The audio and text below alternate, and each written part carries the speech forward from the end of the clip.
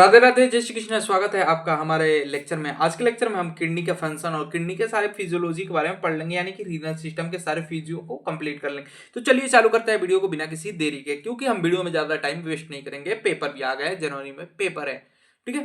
तो किडनी के फंक्शन ये क्या होता है? Kidney is a vital organ and maintain a homeostatics. ये क्या कह रहा है? किडनी जो है वाइटल ऑर्गन है और होमोस्टेटिक मेंटेन करता है। होमोस्टेटिक्स का मतलब होता है शरीर के अंदर का temperature plus pH level plus electrons और ये सारे इलेक्ट्रोलाइट, ये सब मेंटेन करके रखता है। कौन करता है? अपने किडनी चचा। तो देखो इसका मेन फंक्शन क्या है? मेन फंक्शन है एक्सक्रीशन ऑफ वेस्ट, यानी कि यूरिन और यूरिक एसिड और ये जो है क्रेटीन एंड ड्रग मेटाबॉलिज्म, जो भी चीजें है उसको बाहर निकाल दे, ये वेस्ट में कहते हैं। मतलब कि आप जब सुसु करते हैं तो उसमें urine, uric acid and creatine and drug metabolic होता है। ये ड्रग मेटाबॉलिक क्या होता है भैया? हम चलो एक बार के लिए तो यूरिन समझ गए, सॉरी यूरिया तो समझ गए, यूरिक एसिड भी समझ गए, बट ये क्रेटीन और ये ड्रग मेटाबॉलिक कैसे आ गया? तो देखो क्रेटीन अपने बॉडी में जितनी भी आती है उसको क्या करता है, जितना चाहिए उतना रखता है, बाकी बाहर निकाल देता है। प्लस ड्रग मेटाबॉलिक जो होता है, शरीर के अंदर जितने भी मेटाबॉलिज्म होते हैं, मेटाबॉलिज्म जो भी होते हैं वो क्या करता है, बाहर निकल जाता है। उसके बाद से सब किडनी उसको बाहर करता है। आउट भैया, आप लोग की कोई जरूरत नहीं है, आपसे आप बाहर चाहिए, ठीक है। किडनी का काम होता है and regulate the water balance, मतलब कि वाटर, शरीर के अंदर बॉडी में वाटर का कंट्रोल किसके पास रहता है? अपने किडनी चचा के पास रहता है, ठीक है। ये हम देख रहे हैं क्योंकि इसमें इसलिए क्योंकि नेफ्रॉन होता है जो कि वाटर को अब्सॉर्ब और रीअब्सॉर्ब करते रहता है, ठीक है, जिसके कारण वाटर का जो बैलेंस है शरीर के अंदर बना रहता है। ऐसा अगर नहीं करे तो सारा वाटर जो है बाहर निकल जाएगा, ठीक है। And regulate the electrolyte balance. Electrolyte क्या होता है? सबसे पहले देखो, सोडियम, पोटेशियम, कैल्शियम और SCO3 जो है इसको मेंटेन कर रखता है। यानी कि ये सोडियम है, पोटेशियम और कैल्शियम है, इसके ऊपर एक ये प्लस का चिन्ह है, इसमें इलेक्ट्रॉन है, तो इसको इलेक्ट्रोलाइट बोल देते हैं, क्योंकि इसमें एक इलेक्ट्रॉन का हेर बदल रहता है, हेर फेर रहता है, इसलिए। एंड एसिड बेस बैलेंस, यानी कि ये बोल रहा है कि एसिड एंड बेस का बैलेंस करता है। सिंपल सी बात है। चलिए अब थोड़ा और अच्छे से पढ़ते हैं। एंड H+ आयन रिमूव करता है, H+ आयन को बाहर निकाल देता है शरीर के, ठीक है। एंड HCO3 को रिवर्स करता है, मतलब कि ये क्या करता है ना, SCO3 को रीअब्सॉर्ब कर लेता है, बाहर जाने से रोक लेता है। अब आ जाता है ब्लड प्रेशर कंट्रोल। ये क्या होता है? ये कौन सा सिस्टम है? रास सिस्टम, इसको रास सिस्टम बोलते हैं। यानी कि रेनिन रिलीज होता है, उसके बाद से एनाटेनोसिन जो सेकंड है वो रिलीज होता है, फिर से एडल्ट्रोस्टेरोन जो है वो बीपी को कंट्रोल करता है। फाइनली ये एडल्ट्रोस्टेरोन है वो कंट्रोल करता है बीपी को, और ये जो एनागेस्टिक्स है वो इसको कंट्रोल करता है। तो मेन मिला के जो ये रेनिल रिलीज करता है ना, वो कौन करता है? अपना किडनी करता है, किडनी बाबू करते हैं, ठीक है, किडनी बाबू करते हैं। और ये सबको कंट्रोल करता है, जैसे कि प्रिंसिपल कंट्रोल किया टीचर को, प्रिंसिपल कंट्रोल किया टीचर को, और टीचर कंट्रोल करते हैं बच्चों को, ठीक है। और बच्चे जो है वो कंप्लेन कर देंगे प्रिंसिपल को, तो प्रिंसिपल भी कंट्रोल के हिसाब से देगा, तो बच्चों का आएगा, तो ये एक सर्कल चलते रहता है। तो ये एक दूसरे को कंट्रोल करते रहते हैं। एंड ये है हार्मोन। अब यहाँ पे ये सिस्टम नहीं, यहाँ पे ये डायरेक्ट कंट्रोल कर लेता है, ये यहाँ पे सर्कल नहीं चलता, बट मैं बता दें एग्जांपल के तौर पे। एंड हार्मोन को प्रोड्यूस करता है एथ्रोप्रोनिटिथिन, मतलब कि ये आरसीबी को फॉर्म करता है, आरसीबी बनाने में हेल्प करता है। एंड कैलोरोक्रोटीन, यानी कि विटामिन D3 को एक्टिव करता है, जिससे कि कैल्शियम का ऑब्जॉर्प्शन बढ़ जाता है। एंड रेनिन जो है सीधे बीपी को कंट्रोल करता है। रेनिन यानी कि ये देखो, ये मतलब कि ये स्टेप तो है, एक सेकंड इसको क्लियर कर लेने दो, आराम से दिख जाएगा इसमें, ठीक है। अब देखो ये वाला, तो ये रेनिन रिलीज हुआ, फिर से एनागोस्टाइन सेकेंड को कंट्रोल करेगा, फिर से ये अल्डोस्टेरोन को कंट्रोल करेगा, अल्डोस्टेरोन फाइनली बीपी को कंट्रोल करेगा। तो ये तो कंट्रोल एक हिसाब से देखा जाए तो रेनिल के हाथ में है, जैसे कि बच्चे कंट्रोल किसके हाथ में है? किसके? प्रिंसिपल के एक हिसाब से, बट यहाँ पे टीचर काम कर रहा है ना, लेकिन प्रिंसिपल का हाथ में है, ठीक है। एंड ग्लूकागोन्स, ग्लूकागोन फैट को जो है ग्लूकोज बनाता है। ग्लूकागोन प्रोसेस होता है, एक प्रोसेस का नाम है, जिसे आप आगे चल के सेकंड सेम में बायोकेम में पढ़ेंगे। ठीक है, बायोकेम में आप पढ़ेंगे ग्लूकागोनोसिस जो प्रोसेस है वो क्या करता है, फैट को ग्लूकोज में कन्वर्ट कर देता है। नेफ्रॉन एंड वर्क यूनिट, अब इसका वर्क यूनिट यानी सबसे छोटी इकाई इसकी कौन सी है जो काम करती है, किडनी का जो सबसे फंक्शनल यूनिट है वो नेफ्रॉन होता है, और ये अप्रोक्स 1 मिलियन पर किडनी, यानी कि दोनों किडनी को मिला के तो 2 मिलियन, ये 1.5 होता है एडल्ट में, और 1.5 से 2 तक वेरी करता है, वो सॉरी 1 तक वेरी करता है। ठीक है, तो ये 3 भी हो सकता है, 3 मिलियन भी हो सकता है, 2 मिलियन भी हो सकता है, वेरी करता है ये person to person. Okay, and part of nephron, nephron के पार्ट कितना है ये हम पढ़ चुके थे किसमें, एनाटोमी में, फिर भी हम एक बार रिवीजन कर लेते हैं। बाउमस कैप्सूल एंड ग्लोमरस कैप्सूल मिलके बनाता है रीनल कॉर्पोग्लोसिस, यानी कि ये वाला इसको बोल रहा है ये पूरा इसको रीनल कॉर्पोस्कल्स बोलते हैं। ठीक है, इसको एंड प्रोक्सिमल कोवेलेंटेड ट्यूब जिसको पीसीटी कहते हैं, ये वाला ट्यूब को प्रोक्सिमल पीसीटी कहते हैं, ट्यूब कहते हैं। लूप ऑफ हेनले किसको कहते हैं, देखो लूप ऑफ हेनले, इससे मतलब ये इतना तो रहा। अब देखो मैं इसको आगे कंटिन्यू करता हूँ छोटा करके, ये बाउल्स कैप्सूल हो गया, ये नीचे से ऊपर जो गया ना पाइप, ये लूप ऑफ हेनले होता है, और ये ऐसे ऐसे होता है यहाँ पे। तो ये वाला एरिया ना, इसको हम कहते हैं loop of Henle. Loop of descending नीचे आ रहा है, लूप ऑफ असेंडिंग ऊपर जा रहा है। ठीक है, इसको बोलते हैं, ये रहा डिसेंडिंग लंब, ये वाला डिसेंडिंग और ये वाला असेंडिंग लंब। ठीक है, इसको ही बोलते हैं and digital covalent tube, DCT, digital covalent tube इसको आगे बोलते हैं। एंड एक कलेक्टिंग डक्ट यहाँ पे होता है, ये ट्यूब के पास, उसके पास यहाँ से जुड़ जाता है एक मेन पाइप से, जो इसको यहाँ से एग्जिट कर देता है। ठीक है, अब आते हैं यूरिन फॉर्मेशन। भैया अब यूरिन फॉर्म ही कैसे होता है, ठीक है होता है, कैसे होता है ये बताओ, तो माने तो देखो फॉर्मेशन एक्रोस बाय स्टेप समझते हैं इसका। गोलमेरुलस जो फिल्टर है वो फिल्टर करता है, ब्लड को पास करता है थ्रू गोलमेरुलस फिल्टर, यानी कि ये जो है ये अपना फिल्टर चचा है। अब यहाँ से पतली पतली पतली पतली पतली पतली पतली, अभी इसको ऐसे नहीं, यहाँ पे रेड कलर कर लेते हैं ताकि फील भी है, ठीक, फील भी है, हाँ, ऐसे पतली पतली पतली पतली पतली पतली पतली पतली पतली पतली ये गए होते, क्या गया होता है, इसको हम कहते हैं ब्लड कैपिलरी बोल लो या फिर कुछ भी बोल लो, ब्लड पासेस, वेन बोल लो, एनीथिंग यू कैन। ठीक है, ओके चलो, अब ये हो गया, यहां से पास होता है ना, तो यहां से क्या होता है, फिल्टर का जो प्रेशर होता है अप्रोक्स 60, मतलब कि 60 mmHg होता है, यानी कि इससे यहां से निकलता है 60 mmHg से प्रेशर से। तो कुछ चीजें तो यहां से निकल गई ना, अब ब्लड से तो ब्लड काउंट डायरेक्ट तो निकलेगा नहीं। अब मान लो ब्लड काउंट का तो इतना बड़ा स्ट्रक्चर हो गया, यहाँ पे इतना छोटा छेद है, इतना छोटे छोटे छेद, तो इसे कैसे पास करेगा, नहीं करेगा। बट वाटर मॉलिक्यूल इतना छोटा है, इतना छोटा, इतने इतने छोटे छोटे हैं, तो ये तो पास कर जाएगा ना इजीली। तो ये पास कर गए, वाटर मॉलिक्यूल्स, इलेक्ट्रोलाइट सब पास कर जाते हैं। ठीक है, ये मतलब थोड़े मोड़े अमाउंट में पास कर जाते हैं, पूरे तो करेंगे नहीं सॉरी, पूरे तो करेंगे नहीं, ये पास कर गए। जब ये पास कर गए तो ये पहला फिल्टर का स्टेप हो गया, पहला स्टेप यहाँ पे हो गया। अब इसमें क्या होता है, व्हाट इज फिल्टर, वाटर होता है, इलेक्ट्रोलाइट होता है, ग्लूकोज होता है, अमीनो एसिड एंड यूरिया होता है, ये ठीक है। यहाँ पे छोटे छोटे ये होते हैं, मतलब कि चाय छन्नी जैसे होती है, चाय पत्तियों को ऊपर ही छान लेती है बट चाय को अंदर निकाल देती है, उसी तरीके से। अब नॉट फिल्टर्ड, अब कौन सी चीजें नहीं फिल्टर होती, जैसे कि चाय पत्ती में चाय पत्ती, अदरक और तेजपत्ता, ये चीजें नहीं फिल्टर होते, बट इसमें क्या क्या नहीं फिल्टर होता, RBC, WBC, platelet and plasma protein, जिसमें क्या होता है, एल्ब्यूमिन होता है, जो इसमें से फिल्टर नहीं होता। बाकी ये water, electrolyte, glucose, amino acid, urea, ये सब फिल्टर हो जाते हैं यहाँ पे बाउंस कैप्सूल के पास, ये इस कैप्सूल के पास ये बाकी सब फिल्टर हो जाते हैं, इसमें आ जाते हैं। ठीक है, पहला स्टेप हो गया।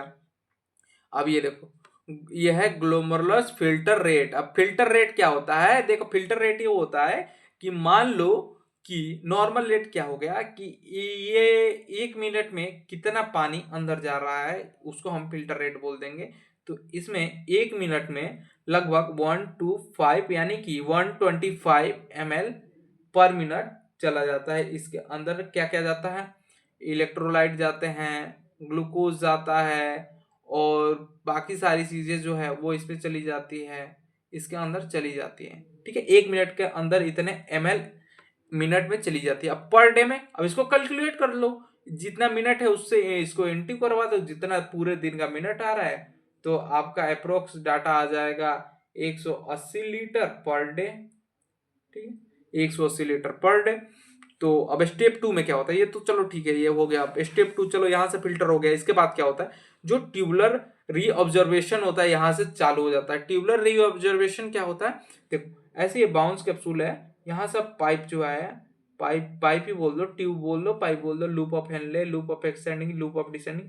अब इसमें ना जितना वाटर मॉलिक्यूल्स ये सेक्टर जो भी है ना, सब वापस फिर जाना चालू कर देते हैं। भैया अगर ऐसे हो, ऊपर से पानी डालो और नीचे से निकलता जाए तो दिक्कत हो जाएगी। बट यहाँ से मतलब कि समझो कि यहाँ से रीयूज हो जाता है, रीयूज हो जाता है, सारी चीजें फिर वापस चली जाती है। जितना मतलब कि फिल्टर के लिए जरूरत है उतना रख के बाकी सब वापस चला जाता है। ठीक है, इसमें क्या होता है, यूजुअली चीज आवाज को जो है उसे ऑब्जॉर्व कर जाता है, जो बॉडी के लिए यूजफुल है वो चीजें उल्टा ये क्या कर लेता है, ऑब्जॉर्व कर जाता है, वापस ले लेता है। देता तो है, ठीक है, निकल गया ब्लड से, लेकिन ब्लड तो यहाँ से चला गया, ब्लड लेके अपना क्या गया, आरबीसी, डब्ल्यूबीसी, प्लेटलेट, एब्लोलाइन लेके चला गया ये सारी चीजें। बट उसमें से ये सारी चीजें जो निकली है वो सारी चीजें वेस्ट नहीं है ना, तो इसको जो वेस्ट नहीं है उसको बाहर, इसको फिर से वापस भेज देता है, जाओ तुम। ठीक है, एंड क्या करता है, 100% ग्लूकोज को ऑब्जर्व कर देता है। ग्लूकोज क्या है, अपना एनर्जी, एनर्जी को सोर्स को ही बाहर ऐसे निकालते रहेगा तो फिर एनर्जी कहाँ से आएगा भैया। अपना जो ये मशीन है वो इफिशियंट कैसे होगा, अगर डीजल ऐसे लीक करके गिरने लगे और गिरता ही रहे तो इफिशियंट कहाँ होगा, नहीं हो पाएगा ना, इसलिए। एंड 100% अम्बाइनो एसिड भी ऑब्जर्व कर देता है, और ये जो इलेक्ट्रोलाइट है उसको भी ऑब्जर्व करता है, बट नॉट 100%, सम अमाउंट में ऑब्जर्व कर जाता है। ठीक है, NaHCO3 को भी ऑब्जर्व करता है, वाटर को भी ऑब्जर्व करता है, क्योंकि दिन भर तो हम पानी पियेंगे नहीं, और पानी तो नेसेसरी है, क्योंकि 75% अप्रोक्स अपना बॉडी किससे, वाटर से बना है। तो क्या काम होता है, ये ऑब्जर्व कर जाता है, बट ये होता है ना कि अभी कुछ अमाउंट इसमें रह जाता है। ठीक है, एंड ग्लूकोज थ्रेशोल्ड जो है इतना है। Loop of Henle, loop of descending लंब में क्या होता है, वाटर का रीअब्जॉर्प्शन होता है। ये जो नीचे की तरफ जब बढ़ता है ना ये ट्यूब, इसमें क्या होता है कि इसमें वाटर ऑब्जॉर्व होने लगता है, यानी कि पानी सोखने लगता है। ठीक है, और लूप ऑफ असेंडिंग, ये ऊपर जो जा रहा है इसको असेंडिंग बोल रहे हैं, और डिसेंडिंग ये है। ठीक है, तो इसमें क्या होता है, इसमें इलेक्ट्रोलाइट जो है वो ऑब्जॉर्व होने लगते हैं। वाटर तो यहां से आया, बच के तो आएगा ही भैया, कहाँ जाएगा, कितना ऑब्जॉर्व कर लेगा। ये दिन भर में 180 लीटर पानी को कर रहा है, घुमा रहा है, तो 180 लीटर में ये कम से कम खूब ऑब्जर्व किया तो 100 कर ली, बाकी 80 लीटर तो जा ही रहा है ना इधर से, है, तो ये तो निकलेगा भैया। ठीक है, 80 नहीं जाएगा, मतलब कि अप्रोक्स मान के चलो, 80 नहीं तो 20, 20 नहीं तो 30, 10 तो कुछ समथिंग तो जाएगा, ये जा रहा है। बट इसमें क्या होता है, इलेक्ट्रोलाइट यहाँ पे ऑब्जर्व हो जाता है, और वाटर का रीऑब्जर्वेशन नहीं होता लूप ऑफ एसेंडिंग में। और डीसीटी, मतलब कि ये जो डीसीटी वाला है उसमें क्या होता है, ये जो एडोस्ट्रोन जो है, और ये सोडियम है वो रीऑब्जर्व होता है, कैल्शियम जो है वो रीऑब्जर्व होता है, ये पार्ट का नाम है। ठीक है, and collecting duct, collecting duct जो है लास्ट वाला पार्ट है, ऐसे ये ऐसे ऐसे किया ना, यहाँ पे जो पार्ट होता है एक, यहाँ पे एक पार्ट होता है उसके पास से डायरेक्ट निकल जाता है, इसको हम बोलते हैं कलेक्टिंग डक्ट, कलेक्टिंग डक्ट। ठीक है, अब ये लूप ऑफ असेंडिंग डिसेंडिंग जो मानना है मान लो। ठीक है, अब ये यहाँ पे ये कलेक्टिंग डक्ट है, उसमें क्या होता है, इसमें एंटी डियूरेटिक हार्मोन जो है वाटर रीऑब्जर्व करता है। ठीक है, एंटी डियूरेटिक हार्मोन जो है वो वाटर को रीऑब्जर्व कर जाता है। एंड यूरिन जो है वो क्या होता है, कॉन्ट्रैक्ट होता है, मतलब कि जो है कॉन्स्ट्रक्शन उसमें बढ़ जाता है, यानी कि यूरिन की मात्रा, और ये जो NH3 है, ये सारी चीजें की मात्रा बढ़ती है, जिससे कॉन्सेंट्रेशन उसका बढ़ता है। ठीक है, अब आ जाते हैं स्टेप 3। स्टेप 3 में क्या है, ट्यूबुलर सिक्रेशन। ट्यूबुलर सिक्रेशन क्या होता है, बॉडी का जो हार्मफुल सब्सटेंस को जो नेफ्रॉन सिक्रेट करता है, मतलब कि ऑब्जर्व तो कर लिया, फिर निकालना भी तो पड़ेगा, कैसे, H+, K+, NH4+ and drug penicillin. Penicillin, penicillin जो होता है ना, उसको ये बॉडी के लिए ये सब हार्मफुल है, सब नहीं है, सम केसेस में हो जाता है, ज्यादा अगर जे रखा जाए तो। ठीक है, अब देखो पेट्रोल भी बहुत अच्छी चीज है, उससे गाड़ियां चढ़ती है, बट ज्यादा अमाउंट में उसको रखा जाता है तो केयरफुली रखा जाता है, हाईली वो फेमलेबल है, जल जाता है, इसके कारण तो ये कम ही अमाउंट में रखा जाता है। और क्या होता है, ये counter of A current mechanism. अब यूरिन का जो ये जो है काउंटर एंड करंट मैकेनिज्म है, वो कैसे काम करता है। Loop of Henle, vasa recta मिलकलर एंड कॉन्ट्रैक्टर वास के बाद क्या होता है, इसमें असेंडिंग अंडर में लिम्फ पंपिंग करता है, डिसेंडिंग में वाटर निकलता है, वाटर निकलता है सीधे ऐसे निकल गया डिसेंडिंग में, ठीक है। और असेंडिंग में क्या होता है, स्टार्ट ऑफ पंपिंग, मतलब कि ऊपर की तरफ पंप होने लगता है वाटर। एंड मेडुल में ऑस्मोटिक गाइडलाइंस बनती है और रेडियस प्रेशर ऑफ कॉन्सेंट्रेशन होता है, मतलब कॉन्ट्रैक्ट कॉन्सेंट्रेशन बढ़ना, मतलब कि बहुत ज्यादा अमाउंट बढ़ जाना। जैसे कि ये वाटर है, वाटर का अंदर ये मान लो 1 लीटर पानी है, इसके अंदर हाफ के जी 1.2 kg शुगर है, ठीक है, शुगर है। अगर जे इसमें अभी हम और ऐड कर दे 1 kg, तो इसमें क्या होगा, इसमें शुगर का जो शुगर है ना, ये जो शुगर का कॉन्ट्रैक्शन है वो बढ़ जाएगा, ठीक है। ये होता है कंट्रैक्शन, ठीक है। बीपी कम होने पर क्या होता है, जस्ट एक ग्लोमेरुलर सेल रेनिल रिलीज करता है। देखो रेनिल जो है वो रिलीज होता है, जिससे ये क्या नहीं, ये रिलीज होता है एग्नो टेनोसोन जीन रिलीज होता है, फिर से ये रिलीज हो गया। ये सारी एक दूसरे को भैया तू चल, तो भैया तू चल, ऐसे एक दूसरे को थप्पड़ मारता रहता है, दप्पा दप्पा, ऐसी लंग्स को, और ये चीजें करता है कंट्रोल, बीपी कंट्रोल करता है। Final effect of blood pressure, final effect ही पड़ता है। एंड हार्मोन ऑफ किडनी, अब किडनी के हार्मोन के बारे में पढ़ते हैं। रेनिन, एरिथ्रोप्रोटीन एंड एक्लेरोसिटोरॉल and ADH act on a kidney water और रीअब्जॉर्प्शन, सीए मतलब कि calcium absorption and RBC formation. RBC erythroprotein क्या करता है, आरबीसी फॉर्मेशन करता है, यानी कि रेड ब्लड काउंट को बढ़ाता है। एंड बीपी यानी कि जो ब्लड प्रेशर उसको रेनिन कंट्रोल करता है, ठीक है। अब आ जाता है नॉर्मल वैल्यू। अब नॉर्मल वैल्यू क्या है, एग्जाम पॉइंट ऑफ व्यू से देख लेते हैं। जीएफआर की नॉर्मल वैल्यू कितनी होती है, मतलब कि ये जो ऑब्जर्व करता है, ये जो अपना ग्लोमेरुलस जो है ये ऑब्जर्व करता है, कितना करता है पर मिनट में, 1.25 पर मिनट क्या करता है, पर ml पर मिनट ऑब्जर्व कर लेता है। डेली यूरिन आउटपुट 1.5 लीटर रहता है। अब 180 लीटर तो डेली ऑब्जर्व किया, बट क्या होता है लूप ऑफ असेंडिंग डिसेंडिंग में वाटर का ऑब्जॉर्प्शन हो जाता है, ठीक है। एंड फिल्टर पर डे कितना, 180 लीटर फिल्टर करता है सारी चीजें। यूरिन का पीएच कितना होता है, 4.5 से लेके 8 तक होता है। 8 बहुत ज्यादा बेसिक नहीं माना जाता है, बट न्यूट्रल के करीब आता है। न्यूट्रल यानी कि 7 है और ये 8, लेकिन ये जो 4.5 है उसे हाइलिक एसिडिक माना जाता है, हाइलिक नहीं एसिडिक ही है। एंड स्पेसिफिक ग्रेविटी इसमें 1.01 मतलब काम करता है। ग्रेविटी का क्या काम होता है इसमें, अब भाई उल्टा खड़े हो जाओगे तो थोड़ी बनेगा, नहीं बन पाएगा, इसलिए। एन रेनिल ब्लड फ्लो, जो मतलब कि रेनिन में ब्लड फ्लो कितना करता है, 1.2 लीटर पर मिनट में क्या करता है, 25% कार्डियक आउटपुट का काम करता है। यूरिन कम्बशन, अब यूरिन किस चीज से मिलके बना होता है, देखो 95% तो वाटर होता है, 95% पानी होता है, ठीक है, 5% सॉलिड होता है। यानी कि मान लो कि 1 लीटर, ये 1 लीटर आपका यूरिन है, यानी कि इसमें से 950 ml ना, 950 ml जो आपका है वो क्या होता है, पानी है। बट ये जो 50 ml है ना, ये आपका सॉलिड है, ठीक है, ये आपका सॉलिड है। कौन सॉलिड में क्या है, यूरिया है जो मेजर कवर हिस्सा है इसका, और यूरिक एसिड है, और क्रेटीन है, सोडियम है, और क्लोराइड है, पोटेशियम। सोडियम कहाँ से आ गया, सॉरी सोडियम कहाँ से आ गया, नमक। एंड क्लोराइड खाने में, पोटेशियम खाने से, ठीक है। अब मेरे रिफ्लेक्स किडनी, ये नहीं आपको पढ़ना है, ये नहीं आएगा, ठीक है। बस आज के लिए इतना ही रहने देते हैं। लेक्चर छोटा ही कर दिया हूँ क्योंकि आप देखे उसको आराम से, कोई दिक्कत ना आने की। दिक्कत आए तो नीचे कमेंट में आके क्वेश्चन पूछिएगा। और हाँ, अगर मेरे पढ़ाने का तरीका नहीं भी पसंद आ रहा हो तो नीचे कमेंट करके बताइए, मैं सुधार करने की कोशिश जरूर करूंगा। तो आज के लिए बस इतना ही। राधे राधे, जय श्री कृष्ण।